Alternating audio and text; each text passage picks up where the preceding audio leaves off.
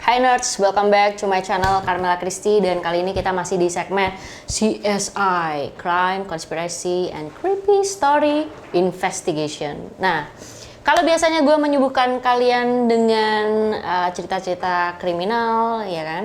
Kali ini kita bakal ngebahas mengenai sesuatu yang berbeda. Kalau biasanya kalian mengelus-ngelus dada, kali ini kalian mengelus-ngelus otak. Karena agak cenat-cenut otaknya kalau ngebahas ini dan sedikit mind-blowing. Apakah itu? Sebelumnya, gue mau mulai dengan satu pertanyaan. Gimana kalau ternyata bukan cuma kita yang ada di alam semesta ini? Apakah aku mau membahas soal UFO? Atau yang lain? Bagaimana juga kalau ternyata ada versi lain dari diri kita yang kita nggak tahu tapi ternyata keberadaannya nyata. Udah mulai kebayang kira-kira gue mau bahas apa hari ini? Percaya nggak percaya ya, dari bukti sains sebenarnya bumi memang hanya satu. Tapi balik lagi ke tujuan gue di awal, untuk membuat kalian mengelus-ngelus otak kalian, bikin kalian cenat-cenut. Kenapa? Karena gue bakal bahas mengenai parallel universe, atau bisa dengan kata lain, dimensi yang lain. Sebelum gue bahas lebih lanjut mengenai teori-teori parallel universe atau dimensi yang lain, gak lengkap rasanya kalau kita gak ngebahas mengenai bukti kasus yang sedang terjadi, atau bukti yang menyatakan bahwa mungkin aja parallel universe itu ada. Nah, kasus ini sebenarnya lumayan terkenal banget dan sampai sekarang masih belum terpecahkan. Kasusnya namanya adalah Man from Tauret, oke? Jadi ceritanya begini, di Bandara Haneda, Tokyo, pada tahun 1956, ada seorang pria yang bertampilan sangat rapi. Dia memakai jas, celana bahan, ya kan? Dan juga rasnya kalau kita lihat adalah ras Caucasian, atau biasa kita bilang bule. Baru aja dia mendarat dari penerbangannya dia. Petugas setempat saat itu memeriksa kelengkapan dokumen si pria ini, tapi ngerasa ada yang aneh nih. Paspornya yang paling unik karena ada aksen warna ungu, yang dimana warna ungu tersebut tidak pernah dipakai di bendera seluruh negara di dunia ini. Ditanyalah oleh si petugas imigrasi setempat, dari mana sih asal kamu gitu. Dengan fasih dan tenang si pria ini menjawab balik dengan bahasa Jepang, tapi masih ada logat-logat Prancis. Ternyata dia bilang bahwa dia itu berasal dari negara yang namanya Tauret. Bingung deh si petugasnya. Dari mana tuh negara Tauret? Yang mana? Ada di mana? Nggak ngerti dia. Petugasnya nanya dong si pria itu, dan juga berusaha untuk ngecek ulang nih pasportnya kayak gimana. Memang bener-bener pasportnya kelihatan kayak asli. Jadi mungkin kan kalau di petugas imigrasi dia pasti ngerti dong, beberapa paspor asli itu harusnya dilihatnya dari apa, mungkin ada yang kebayang apa, kan setiap paspor tuh punya identitas unik gitu untuk menyatakan bahwa paspor tersebut memang asli. Sangat susah untuk direplikasi atau diduplikasi, bener kan? Nah, jadi dia waktu lihat kok ini kayaknya asli gitu, tapi kok negaranya yang kayak apa ini, negara Tauret ya. Waktu dia lihat di pasportnya memang sejarah perjalanannya ada stem negara Jepang juga di pasportnya, tapi nggak tahu Tauret itu negaranya di mana. Kesel lah si pria dari Tauret ini. Dia ngerasa ini kok ribet banget sih petugasnya. Gue udah bolak-balik nih ke negara Jepang selama 3 kali dan tidak pernah ada masalah kayak gini. Terus dia juga bilang sama si petugas, negara gue ini salah satu negara yang paling makmur loh di dunia loh. Masa lu orang nggak tahu sih negara Tauret itu di mana? Si petugas bandara makin bingung karena dia ngeliat nih, kayaknya orangnya kok meyakinkan banget bahwa dia ini memang benar-benar dari Tauret, tapi mungkin aja si petugas tuh merasa kalau ya mungkin gue nggak bagus kali geografinya gitu, jadi gue nggak tahu nih negara Tauret tuh ada di mana. Dia bingung-bingung, akhirnya dia manggil atasannya. Nah, setelah dia manggil atasnya, dia ceritakan mengenai masalah ini. Akhirnya mereka berinisiatif membawa sebuah peta. Mungkin aja si pria itu bisa menunjuk nih negara Tauret itu sebenarnya ada di mana sih letaknya. Nah, kemudian si pria ini ternyata menunjuk di sebuah perbatasan antara Perancis dan Spanyol. Tapi ternyata waktu ditunjuk dia juga bingung, kok negara gue kagak ada di situ, di petanya kok nggak ada nama Tauret gitu. Akhirnya dia tunjuk di peta tersebut di negara yang namanya Andorra. Bukan Tauret tapi Andorra. Akhirnya si pria ini tambah kesel lagi, dan dia bilang, udahlah, gue udah capek nih, gue cuma butuh istirahat aja. Nah, dia ngasih lah ke si petugas, nih nomor hotel gue, dan juga ini besok kan gue ada urusan bisnis sih, gue harus ketemu sama orang ini. Nah, si petugas telepon di hotel tersebut, ditanyakan, ini ada reservasi nggak atas nama si pria ini? Ternyata si hotel bilang, oh nggak ada nih reservasinya. Jadi petugas sudah telepon hotel, nggak ada reservasi. Telepon orang yang diajak berbisnis juga nggak kesambung. Nah, terakhir nih, petugas dia periksa semua dokumen sampai ke dompet-dompetnya si pria tersebut. Waktu dilihat, memang kelihatan, oh nih kayaknya si pria ini memang bisnismen nih, karena dan sering berpergian nih, karena di dalam dompetnya itu isinya banyak uang dari negara asing. Terus kemudian dicek juga, kan pasti si pria ini namanya bisnismen, pasti punya bank dong, atau terdaftar di bank tertentu gitu kan. Ternyata waktu dilihat rekening korannya, pria ini juga nggak terdaftar di bank tersebut, dan bahkan tidak pernah ada nama bank tersebut. Jadi aneh banget nih. Nah, si pria itu waktu tahu, loh kok kayak gini gitu kan, akhirnya dia jadi pucat banget tuh, dia pucat, pasti gemeteran, jadi ketakutan dia. Loh kok bisa kayak gini, dia ketakutan dan dia nggak tahu apa yang terjadi. Karena setelah semuanya dicek kok nggak ada, dia pasti ada di situ kan waktu si petugas yang ngecek kan, dan semuanya nggak ada, dia jadi bingung. Dia bilang dia minta tolong lepasin gue gitu, karena dia nggak tahu dan dia merasa bahwa dia tuh tidak ada yang sembunyikan, tidak ada agenda atau rencana jahat atau apapun. Pokoknya dia cuma pengen istirahat, dia minta tolong banget sama petugasnya untuk ngelepasin. Nah, petugasnya nggak punya pilihan lain, akhirnya si pria tersebut ditaruh di hotel deket bandara. Selama di hotel tersebut, pria itu dijaga ketat dong pastinya kan, petugas takut juga ya kan, jadi dijaga di depan pintunya, ditaruh petugas. Besok paginya si petugas imigrasi ini dapat telepon dari petugas yang ngejagain bahwa si pria tersebut ternyata hilang dari kamar hotelnya, tidak ada diketemukan. Wow, mind blowing. Lebih mind blowing lagi karena apa? Pertama, hanya ada satu akses pintu aja. Kalau dia keluar lewat jendela itu nggak mungkin, karena itu hotelnya itu bertingkat dan dia tuh lagi ada di level atas. Kalau dia loncat bisa mati dia, nggak mungkin. Jadi dia tuh keluar dari mana, nggak ngerti. Ditanyain dong petugasnya, lu ketiduran kali mungkin. Petugasnya bilang kalau semalaman dia nggak ada satupun yang ketiduran, tidak ada, pokoknya dia nggak miss anything lah. They don't miss anything. Mereka bener-bener ngejaga dengan baik. Nah, keanehannya nggak berhenti di situ. Ternyata semua dokumen dari pria ini, baik dari paspor, ID card, kemudian SIM, dompetnya juga, kan semua dokumen-dokumen kan diambil ya sama si petugasnya, karena kan lagi dicek apakah ini mungkin asli, palsu, apakah ini benar ada dan lain-lain, kan itu semua pasti ditahan. Ternyata semua dokumennya juga hilang. Padahal itu dokumen juga ditaruh di tempat yang terpisah. Jadi itu nggak dijadiin satu sama si pria yang ada di hotel. Jadi prianya yang di hotel hilang, dokumennya yang ada di tempat terpisah juga hilang. Kasus Man from Tauret ini pastinya bikin heboh seluruh dunia.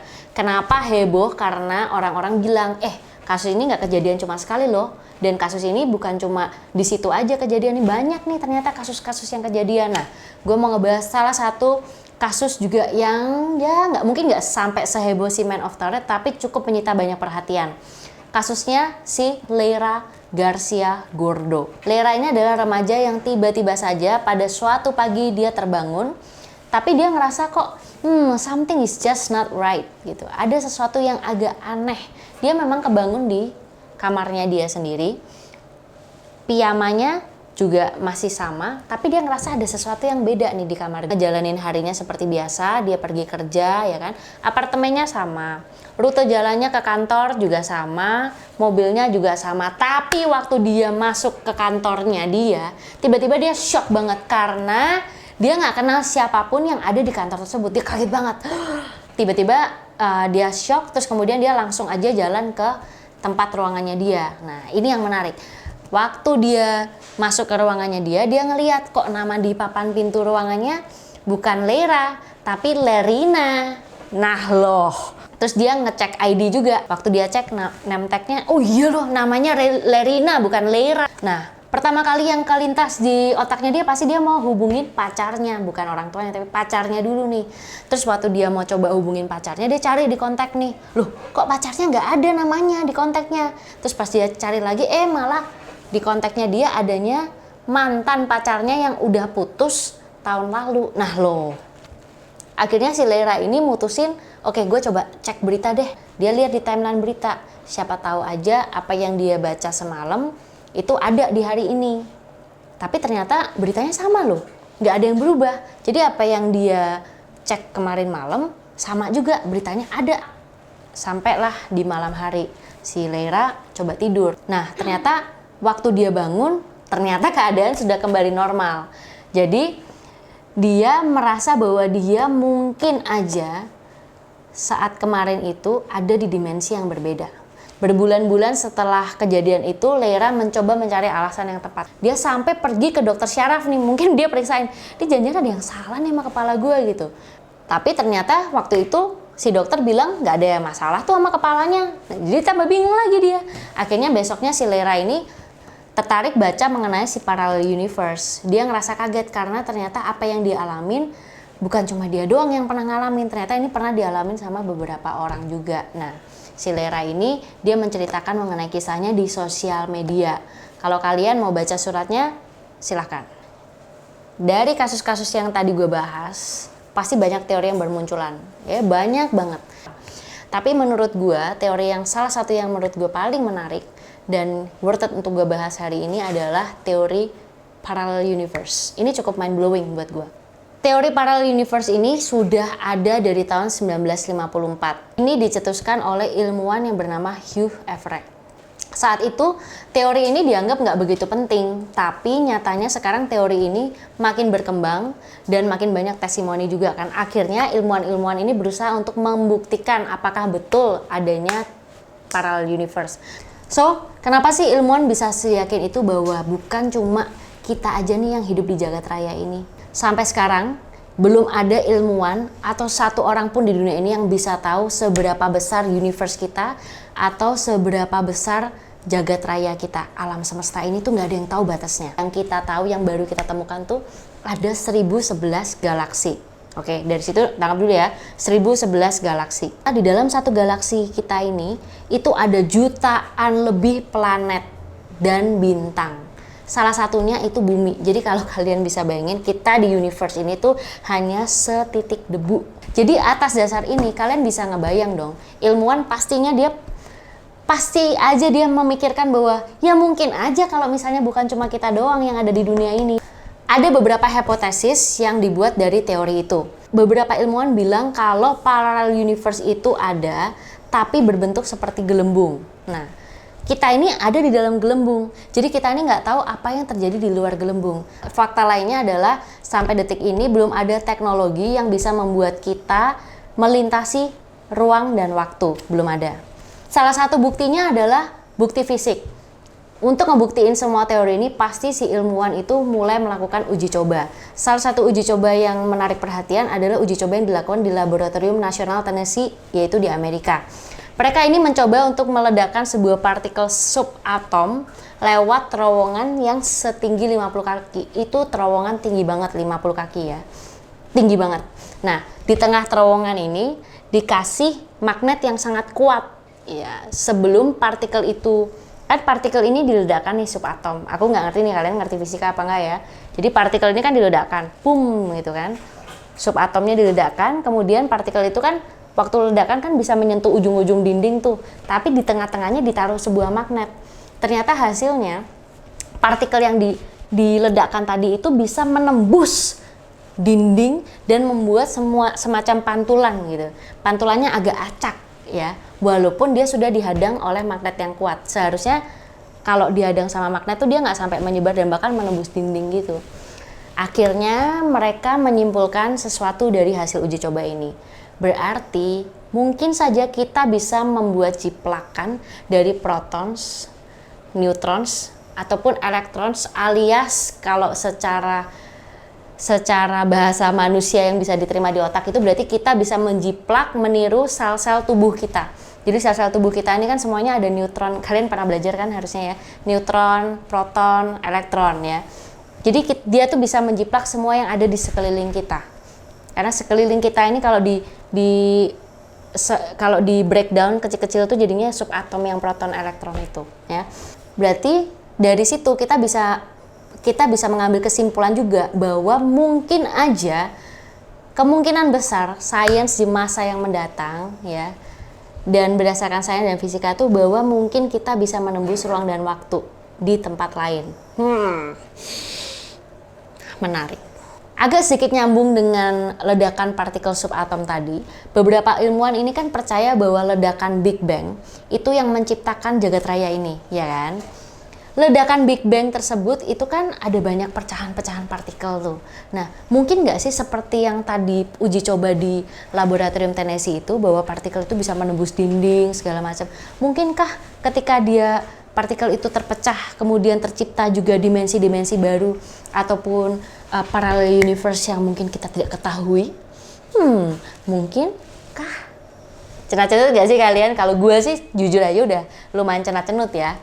Karena ini bener-bener teori yang cukup mind blowing dan agak sedikit kalau kalian nggak ngerti sains juga take it-nya agak sedikit berat gitu. Tapi anyway, nah dari kasus-kasus yang di atas tersebut kan banyak tuh testimoni yang kira-kira serupa kejadiannya. Akhirnya si Stephen Hawking ini dia mempunyai teori bahwa ada yang namanya wormholes dan black holes ya, lubang cacing sama lubang hitam. Ini mungkin si wormholes dan black holes ini itu mengkoneksi satu dimensi dengan satu dimensi yang lainnya. Nah mungkin waktu matrixnya lagi error nih, ya kan mungkin terjadi glitch ceritanya. Glitch itu kayak gangguan, kayak istilahnya kita kalau lagi telepon itu ada jaringannya tiba-tiba agak error dikit. Nah waktu lagi error itu yang membuat kasus-kasus tersebut terjadi. Jadi misalnya waktu mereka secara tidak sadar mereka tertransport ke dimensi yang lain. Dan kemudian ketika matriksnya udah bener lagi, sambungannya udah bener lagi nih, dia masuk lagi ke dimensi yang seharusnya dia ada. Seperti itu ceritanya.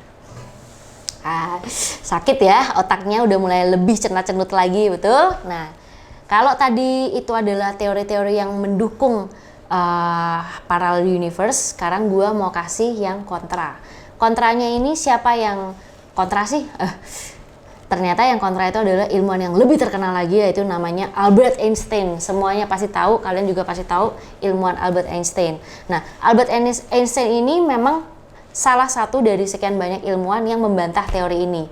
Dia menganggap bahwa Tuhan itu tidak mungkin bermain dadu dengan ciptaannya. Istilahnya Tuhan itu nggak mungkin mempermainkan kita.